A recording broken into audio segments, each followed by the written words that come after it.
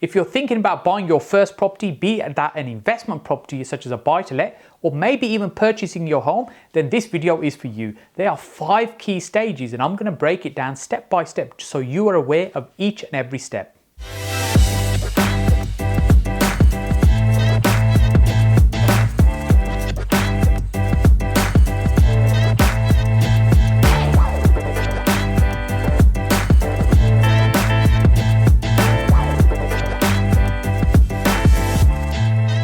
If you're watching my videos for the first time, my name is Saj Hussain, and on this channel I share with you my 15 years of property investing experience to ultimately help you get further faster in your property investing journey. When it comes to purchasing a property, for most people, it's the biggest single financial transaction of their life that they'll ever make. So making the right decisions is really important. And during the journey, you'll meet many professionals. There'll be many people that will assist you in that process, such as your estate agents, your solicitors, surveyors, an accountant that might help for tax advice, maybe mortgage broker. There'll be a number of these people that you'll need to assist you in getting this done. But hey, don't worry if you don't know those people right now, and you can even reach out to me if I can help you by connecting you with some of those people. Before we get started with the process, is getting really clear what it is that you're looking for. So what I mean by that is by understanding exactly what type of property you're looking for, where is it you're looking to try and find this type of property. Are you looking for something that's brand new, ready to move into? Maybe you're looking for a home that's been renovated so you can just move straight into it. Maybe it's an investment property already has a tenant in it, or maybe you're looking for something that a little bit of a project needs a little bit of work, and we term them in the terms of light refurbishment, medium refurbishment, and heavy refurbishment. So a light refurbishment might just be a little bit of decorating, carpets, and hey presto, you're ready to go. And heavy refurbishment might be you're going to strip everything out of the property, leave maybe the 4 walls, and pretty much start again, redesign it the way you want. So it's getting absolutely clear what it is you're looking for, because here's the thing, if you don't know what you're looking for, how are you going to recognize it when it shows up? By having a clear understanding of what you need will mean that you can focus and find the type of property that you're looking for. This whole process of from the time you make the decision to find a property to the point that you'll get those keys, it's going to take several months. So it's really important that you start planning nice and early. So let's get started with stage 1, which is the money. This stage 1, the money, is really about how much is it you can afford, how much is it going to cost, and understanding all those numbers and what's going to be available to you, assuming that you're not going to be buying cash. And if you're buying cash, then this stage is very easy because you already know how much you can afford to spend. But many people will be purchasing with a mortgage, and they really need to be sitting down at this stage with a mortgage broker to be able to understand what it is that they can borrow from the bank. Now, when it comes to mortgage brokers, you don't want to go for a regular mortgage broker, you want to go for a special mortgage broker. So you might think, what's a special mortgage broker? A special mortgage broker is really someone that's independent and very experienced of what it is that you want to do. And it means that they're the whole of the market. And the real difference is an independent whole of market broker really has access to all the products in the market and hopefully good experience of the type of products that you are looking for. So for example, if you're looking for buy-to-let mortgages, you're looking for a specialist buy-to-let mortgage broker. If it's residential, you want to look for somebody that's specializing in purchasing homes. It just means they've got a lot more experience, they'll find the right product for you, and you ultimately get the best deal. Remember, I'm not a financial advisor, I'm not a mortgage advisor. What I'm doing, I'm sharing my knowledge and experience with you really in the form of education. So sitting down with a good broker who is really, especially one that's going to be helping you get the right product, they'll be worth their weight in gold. So I'd encourage you to do that. Now, essentially what they will do at the beginning, they'll look at your affordability, how much is it you can borrow from the bank. Now, often people think about this is, say, a multiple of 4.5 times your income. Say you're on £25,000 a year, you think times that by 4.5, and that's my affordability, and that's how much I can borrow from the bank. Well, maybe, but it's not that simple. There's a lot more to it than that. Ultimately, it's about how much your disposable income is. So, if you've got that expensive car on finance, or you've got that nice expensive gym membership, and you've got that super expensive phone that you pay for every month, all of these things reduce your affordability and your disposable income you have at the end of the month. So it's really about how much cash you have left over that you're going to be able to afford to pay for on a mortgage. Now, if you are buying a buy-to-let property, then it's less really about your income. It's more about what type of property you're purchasing, what rent you're going to collect, because remember, it's the tenants that can be paying the rent that ultimately will be paying the monthly mortgage. Now, once you've got that clear in terms of you work out roughly how much you can afford, before you can really get much further, you really need to make sure your credit file is in tip-top order. So what is the credit file? Why is it so important? Really, your credit file is a personal record that each and every one of us has as an adult in this country, where your lenders will record data around money that they've lent to you and how you've been in terms of repaying that. And effectively, it's really a demonstration of your ability to be able to manage money, that you borrow a certain amount of money, say on a credit card, you repay it, you've got a loan that you're paying monthly payments on that you're supposed to on time. And that way they can see that you're competent and capable of managing money. If your credit record's all over the place, it means you've got missed payments, you pay things late, you've got county court judgments, then you are certainly going to be facing some problems. And if you want to learn more about credit file, and particularly about creating a tip-top credit file, so when you go to borrow money and you present yourself to a lender, you present themselves in the best light. If you want to learn more about that, let me know in the comment section. Enough people ask. I'll do a video specifically on your credit file and how to get that in order. The mortgage broker is going to be able to tell you how much you can afford, how much you can afford to borrow, but ultimately they're not going to give you all the money. I know, you're disappointed, right? You're still going to have to put some of your own money down, known as the deposit. That's got to go towards the purchase. And this will vary depending on really where you are. It will vary from about 5% to 25%. So in terms of if you're a first-time buyer, Boris Johnson recently announced a drive for 95% mortgages to help first-time buyers get out of generation rent and start being able to purchase their home. So 95% products available means you can borrow 95% of the purchase price subject to your affordability and a 5% deposit from you. And then if you're, say, purchasing a buy-to-let property, investment property, typically you'll be putting down 25%, sometimes as high as 30% as a deposit when you're purchasing investment property. So the criteria can be different. This is why it's important to understand this money stage of what you can afford, how much cash you have, how much you need. Other costs you need to be aware of, things that you need to pay for apart from the solicitors, for example, and mortgage broker and fees and things there, are things like stamp duty. Now, stamp duty will vary depending on your circumstances, whether you're a first-time buyer, whether you're an investor, and of course, whether the stamp duty holiday is still on or whether you've missed the boat on that one. So these are the things that also need to be considered. And of course, the other big one is how much money that you may be spending on that particular property after you purchased it. So are you just going to give it a lick of paint, or is it going to be a major refurb, and allocating enough money to be able to do that as well? If you're enjoying this content, then make sure you hit that like button, subscribe to the channel and enable the notification bell. That way you'll get notified by YouTube when we're releasing these great videos and you're not missing out on any of this content. Stage 2 is looking for the property. And this is the exciting part. You get out, you start looking at properties. And how do we go about doing this? Well, there's two big web portals in the UK, which is Rightmove and Zoopla, which is where most properties you'll find are listed. And there's a few other ones as well, but they tend to be, most of the properties will be listed on these two portals. So that tends to be this place that many people start their search on those portals, starting to have a look at what's available. You've got great criteria you can set in terms of your price range, your area, the location, size of property, etc., and then you can start looking for what's available. Now, if the market's quite active like it is right now when I'm filming this, it means things are selling very, very quickly. Things come up, they get marked as sold fairly quickly. There isn't a huge amount that is available, and sometimes there might be some properties that have been there for a little while. So you want to be able to actually also check how long properties have been on the market when you start your search. So that gives you a gauge that this is something that's been on for a little while. Then you start seeing what's new, and you can set alerts so you're notified pretty much every day as new properties come onto the market. So you're one of the early ones that are notified on these properties, means you can start that conversation early with the agent. Now, during the pandemic, things have changed quite a lot in terms of how people view property. Ordinarily, it was before you spot the property, you'd ring the agent, you'd book a call and then go out and do a viewing, you'd have a look at the property. But these days that's changed a little bit more. Many people are now doing either online viewings or they're doing all the research beforehand. And really, this is the way I'd suggest doing it as well. Even before pandemic, it was really about doing all the research beforehand because there's so much information available to you. So you're looking at the actual advert that's listed on the portal, or how they're describing the property, the photos. Now, some agents will take great photos. Others will take awful photos that really don't represent the property. But you're looking at the photos, many properties will have floor plans as well. So the floor plans give you a guide in terms of what it's going to be, the layout wise. And of course, you can use other tools like Google and Google's bird's eye view, like 3D. You can spin the property around, you can see what's there, you can look up and down the street, you can see how far it is to the shop and things like this. So there's a lot of research that you can do on a specific property before you even leave your comfort of your home to go out and look at it. And I'd encourage you to do this because really at the viewing, what you're ultimately doing is confirming to yourself that this is what you were expecting it to be. Now, by doing that, what that means is you're minimizing the amount of time you're spending looking at properties that are probably not going to be right for you. Now, here's the thing, if you're brand new and you're getting started, you're not really familiar with an area, then you may want to go out and look at properties. If you're, for example, investing in property, you've chosen a certain area, then you do want to go out and look at these properties. Why is that? Well, the reason you want to go out and look at these properties, you want to get familiar with the style of the houses, the layout, how they're built, how they work in a certain way. For example, there might be bathrooms upstairs instead of downstairs. It might be the other way around even. So it's just trying to get familiar with the type of properties. Once you've got your head around the style of properties in that locality, then you'll probably reduce down the number of viewings to focus on just the ones that might be the right fit for you.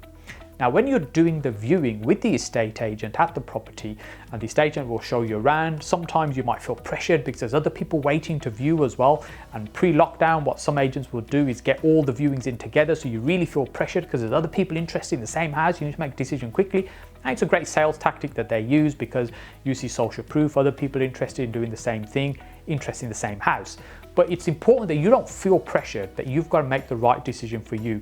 It's looking at what figures work for you, if you're interested in that property, what it is that actually would be happy with, rather than worrying about what everybody else is doing or what they're offering. On some occasions, you'll end up doing a viewing with the owner themselves, i.e. the owner of the property rather than the agent, because either the agent can't do it, or it may be the owner prefers to do the viewings. Now, if you're in that situation, I'd strongly encourage you to spend time to get to know the owner a little bit, understand really what it is they're looking for, build some rapport with them, and really what you're trying to get to the bottom of is what's really important for this seller, what's really important for them in terms of making a decision of who to sell to.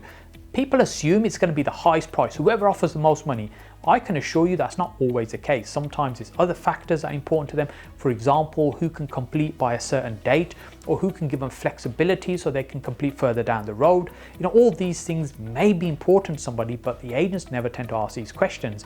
So if you have the opportunity to get in front of the owner, you want to ask these questions so you can then look at what is that they want, and is it something you might be able to provide them, particularly if you're interested in making an offer on that property. Remember, you're looking to make an offer on a property that may be hundreds of thousands of pounds, and you're in the property for minutes, maybe 10, 15 minutes, and you're making this decision. So it's important that you take your time, you don't feel pressured. Now, of course, you're not necessarily going to take all the information in the first viewing. It can be quite overwhelming as well when you're looking at a property, when you're trying to just take in so much information. So it's okay to go back for a second viewing, or even sometimes a third viewing, by arranging it with the agent. Now, if you're under pressure, there's lots of other people looking as well. They might be trying to push you to get that offer in, but really you should be taking your time, because there may be other things that you're unaware of in the property that might need doing, things that may need certain rectification. You might even need to get some other specialist reports done as well. One of the things you could do on your, say, second visit, if you decide it's one you're interested in and you think it might need a little bit of work, is take an expert with you. Take someone with you that has a little bit more knowledge and experience. For example, a very experienced builder could probably spot certain things for you and advise you and guide you on how much it's going to cost to take that wall down and to open this up and make it open plan living, if that's something you're thinking about. So having all this knowledge available to you before you make the offer is so important. Stage 3, the negotiation. This is where you make your offer. This is where you use your special negotiation skills to drive that price down and get the best possible price. Now, often people will look at a property, they think it's £100,000. Oh, I think we should just put an offer in at £80,000. Well, you can understand why the seller might be insulted. The agent gets annoyed because you're making a really low ball offer without really any justification. It doesn't mean you shouldn't make low offers, but it's really about justifying why it's that the figure is what it is that you're suggesting to somebody. So for example, if you think it needs a certain amount of work, the roof needs replacing, an extension needs to be built, really make it for living the way you want to use it, for example, or it needs a certain level of work doing before you get it up to standard to be a suitable lettable property. These are then justifiable reasons of why you think, it'd be worth this and you're only prepared to pay this. So by positioning it in the right way, you're not really going to offend people. People are not going to see you as a time waster or a tire kicker, which unfortunately you get a lot of people doing, wasting a lot of time with agents, because it's unlikely you're ever going to get that property. Now, sometimes people talk about motivated seller, where someone's really keen to sell the property, and you might be looking at 100 properties and you might find one of those where somebody's motivated to sell and they're prepared to accept a price that's lower than the asking price.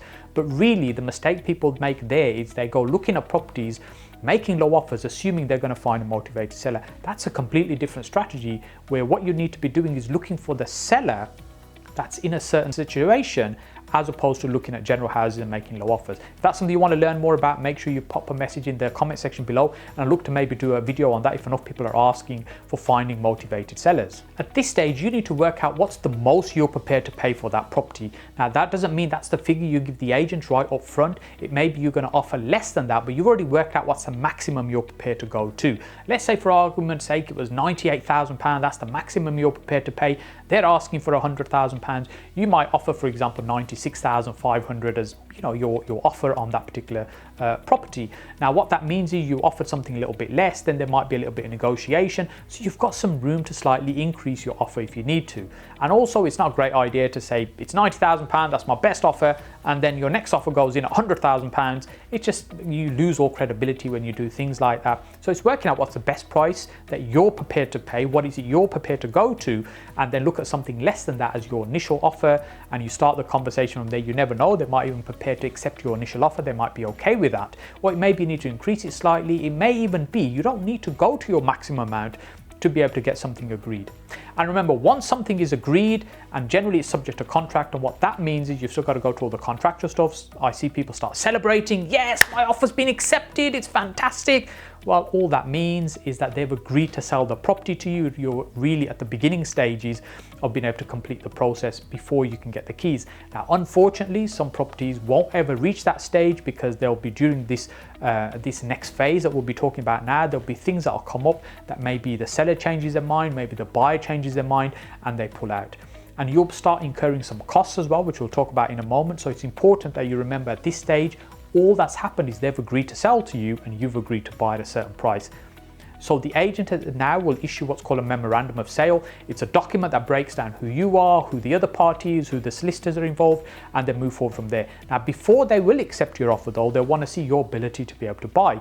And this is where the documents your mortgage broker will have provided to you, known as the decision in principle or a DIP document. It shows that the bank will lend you a certain amount of money. The agent also wants to see you've got the rest, the shortfall, the deposit, so that you're in a position to be able to purchase. This is the initial bit of due diligence that the estate agent is going to do on you as the buyer, so that they can put the offer forward, get it agreed, get it moving to the solicitors. Stage 4 is now getting your finance sorted. So what is it we need to do here? This is going back to the mortgage broker and say, hippie, we've got our offer accepted, and now we need to get the ball rolling with that mortgage offer, because remember, at the beginning, the mortgage broker would have just done the initial assessment, just asked in principle from the lender whether they're okay to lend the money to you, and just getting things ready, but not really making a full application. This is the stage now where the mortgage broker will make the full mortgage application for the product that you're looking for. You probably start paying fees at this stage as well for maybe surveys that will get done. And the bank will send out their surveyor to be able to look at the property, inspect it, make sure they're happy with it, that they're happy it's worth what you're saying it is. And so that when they're lending their money, they know their money is safe. So the survey stage is done. The survey will come back. Once the survey is back, you'll get maybe a copy of the report. You don't always get a copy of the report, because although you are paying for it, unfortunately, it's actually for the bank, for the lender. So they get the report, you might be able to get a copy of it, but there might be something that the surveyor's raised that you might need to go back and look at. That, for example, it might say they've spotted some damp, it needs further investigation, or it may be that they feel it's not worth that much, it's only worth a lower amount. So at this stage, you can sometimes renegotiate your offer, because now you've got an independent surveyor that's valued the property, and they're saying, this is what's not right with it, or this is what it's worth, and you're using that to be able to maybe renegotiate the price a little bit as well. Or it may be that you just need to satisfy yourself that all those things are okay to be able to move forward from that. Once the survey is back and you're happy with the survey, the bank's happy with the survey, the bank will also then send out their full offer letter, i.e. the full mortgage offer letter, which might have some conditions you need to be aware of, so you need to check what those conditions may be, but effectively you're good to go. Now we're at the final stage, stage 5, which is getting all the legal work done and getting it wrapped up, ready so you can take legal ownership of the property. Sometimes what will happen is people will wait till they've got the full mortgage offer and all that side sorted out, i.e. the finance side, before they pay the solicitors to start moving forward with the due diligence and the legal work that the solicitor needs to do. Now, sometimes you'll also find that the estate agent or the seller might start pressurizing you and say, look, before you've got your full mortgage offer, we want you to get the ball rolling with your legal work, so that there's no delays, it speeds it up. So it's, rather than it being linear, you get multiple things happening at once. Really, that's your choice how you choose to do this. But remember, if something falls out of bed, the deal doesn't happen for one reason or another, you'll still end up with what we call abortive costs. That means you'll still have to pay the solicitor for some of the work that they've done, maybe be the mortgage broker for the work that they've done as well. You might have had surveys done, you might have had other reports done. All of these are costs that you will have probably incurred and things you'll have to pay for, but no profit to show for it at the end. So this is something to be mindful of. So what's the solicitor's role? Well, the solicitor is going to do a certain level of due diligence for you to make sure things are okay and they're right. They've got certain planning approvals in place. tax and building regulations and things like this, making sure the title documents at the land registry are correct. So there's certain bits of due diligence they do, and some of it they just pass information to you to review. So they're just really letting you know, and it's for you to make certain decisions. So for example, they'll get certain reports and send them across to you and say, here it is, and you make your own decision in terms of what you think might be right for you there. When the solicitor sends you all this information, if you're not clear about something, it's really important you go back to the solicitor and get some advice and guidance from them. They can only guide you on what they can see and what information they have as well. So for instance, I had a situation like this where I was purchasing the property, and on the paperwork it showed it had a side access, a side alleyway through the rear and into the back garden. But actually when you went to the property, it had been closed off because one of the neighbours many years ago had closed off that access and put a fence there. That means you couldn't actually get into the property. Well, because that's a problem, meaning I can't use that access, the solicitor is unaware of this because the paperwork shows that access exists. So then this can cause additional problems, where these kind of things, it's important that you're sharing with the solicitor so they can go and speak to the other side and try and get some of these issues resolved. Once they've got all this information together for you and you're quite happy with everything that they've shared with you, the solicitor will also need to satisfy the lender some requirements that they will have as well. Once all those things are in order, we can get to the final part where the money is sent across and the completion is done. The first thing they will do once everything's lined up and ready, they'll do what's called an exchange of contracts. And what that means is at that point, you are now legally committed to buy and the seller's legally committed to sell. Now, sometimes this will happen and then you'll have completion happen pretty much imminently, i.e. the next day or a few days later. But sometimes this could be a few weeks apart because it means people now have got the certainty to start organizing removals and things like this. They can plan ahead, but this is negotiable in terms of what works for everybody.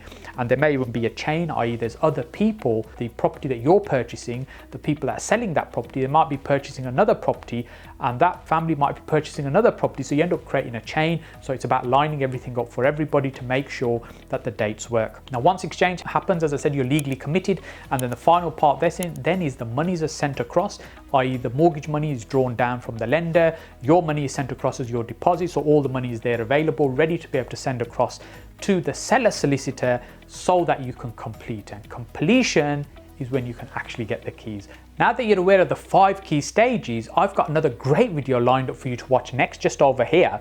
But just before you do that, click on this lovely face down here as well, so that way you can subscribe to the channel and get notified when we're doing these videos, so you're not missing any of these. So I look forward to seeing you on this next video just over here.